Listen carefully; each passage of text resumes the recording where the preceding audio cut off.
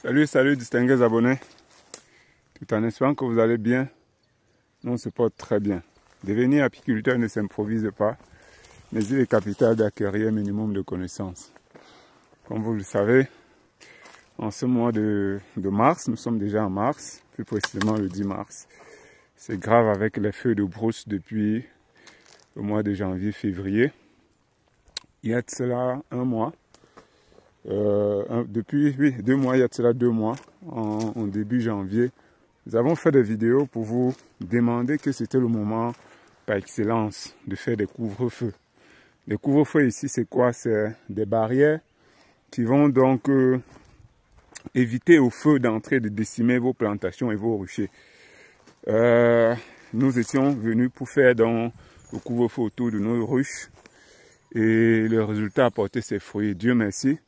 Comme vous pouvez le constater là, les ruches qu'il y a ici en bas et même plus haut dans la plantation ont survécu. Les abeilles sont toujours là en bon état et sans stress quoi. C'est vrai, il y a eu forcément un peu de stress.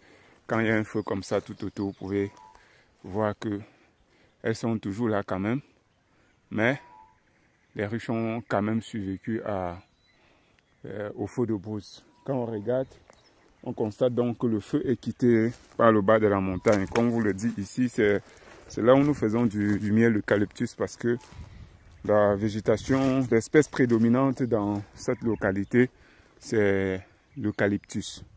Donc le feu est donc quitté le bas de la montagne là. Ça a brûlé toute la colline là de l'autre côté, ainsi que de l'autre côté et c'est remonté par ici. Heureusement pour nous, on avait quand même anticipé. On est venu faire le couvre-feu autour de nos ruches. La plantation étant très vaste, très grande, c'était assez difficile pour nous de faire le couvre-feu tout autour de la plantation d'eucalyptus. Donc voilà les dégâts qu'on peut constater. À quelque chose malais, bon, ça va nous faciliter la tâche pour venir simplement augmenter la densité des eucalyptus dans ces plantations-ci, parce que s'il faut le dire, ce sont de très vieilles plantations d'eucalyptus. Donc c'est un peu ça pour vous dire que lorsqu'on vous parle, vous pensez souvent que c'est des blagues. Voilà les conséquences, comme vous pouvez le voir, vous pouvez le découvrir avec nous. Donc on est venu ce matin pour faire le constat et heureusement pour nous, on se rend compte que le feu il était très fort, hein, très vaste. Vous voyez, jusqu'au sommet de la colline, tout a carrément brûlé. Tout a carrément brûlé. Ça, c'est les anciens tôles. Des anciens ruches qui avaient brûlé il y a de cela 2 ans. Donc, on peut croire les restes de ce qu'il y avait avant. Donc, jusqu'au sommet là, c'est ça. Ouais, voilà encore d'autres ruches qui ont survécu. Plus haut aussi, près des avocatiers là, c'est bon, c'est bon. Donc, vous voyez, c'est pas évident. Donc, les bergers, en fait, pourquoi ces feux de brousse? Parce que les bergers qui font la transhumance avec les troupeaux de bœufs et des chèvres ou des moutons, quand ils mettent les feux comme ça, vous voyez, voilà la jeune végétation là qui repousse, l'herbe verte repousse rapidement là. Et avec ça, ils peuvent se balader dans les plantations et continuer donc à nourrir leur bétail en attendant l'arrivée des pluies. C'est comme ça qu'ils font tout le temps. Donc à partir de décembre, janvier, c'est très courant les feux de brousse. Les dégâts sont quand même très dommageables dans le village parce que depuis la route en venant, on observe de vastes superficies qui ont été décimées comme celle-ci là. Donc vraiment, comme vous le dit les amis, faites attention, protégez votre investissement. Vous ne pouvez pas gaspiller du temps et de l'énergie pour venir installer des ruches comme ça et après laisser les feux vous décimer tout ça. Nous avons subi ça 2 années consécutives, mais maintenant là nous avons dit niet. Nous ne pouvons plus permettre que cela arrive. Donc ce qu'on avait fait ici, on avait défriché tout autour des ruches, 1 mètre d'écart, comme vous pouvez le constater. On avait défriché tout autour comme ça. Et puis, quand les feux sont arrivés, vous voyez, ça s'est arrêté là.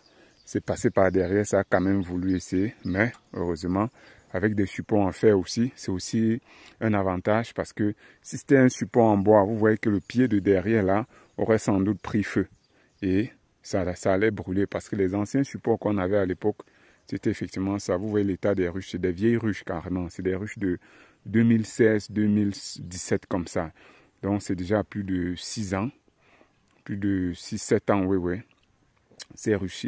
Vous voyez qu'avec des supports en fer, ça augmente également la lutte contre les feux de brousse, comme on vous le dit souvent. Donc vous voulez commencer, démarrer avec quelque chose qui est plus durable, quelque chose qui est sécurisé. Vous voyez que si ce n'était pas des supports en fer, on risquerait d'avoir perdu même cette ruche-là avec le feu qui est arrivé jusqu'au pied arrière là.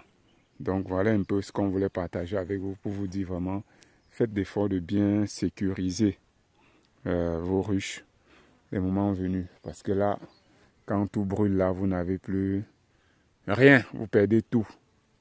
C'est l'un des risques, les grands risques même qui peuvent vous amener en apiculture. Parce que j'ai l'habitude de dire qu'en réalité, on ne perd même pas en apiculture. Sauf si vos ruches sont détruites complètement.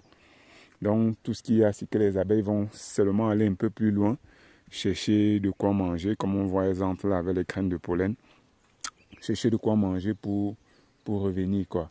Le temps que la végétation repousse avec l'arrivée des pluies dans quelques semaines. Donc n'hésitez pas de vous abonner, de commenter, de partager, de liker la vidéo en cours. Certes, le vent a quand même emporté la toiture de celle-ci, mais c'est pas grave, on va la remettre. Contactez-nous via le numéro qui s'affiche en bas de votre écran pour tout projet agricole, apicole et d'élevage. Nous rappelons également que la prochaine session de formation en apiculture moderne à Yaoundé aura lieu du 29 au 30 mars prochain, donc dans 3 semaines, jour pour jour.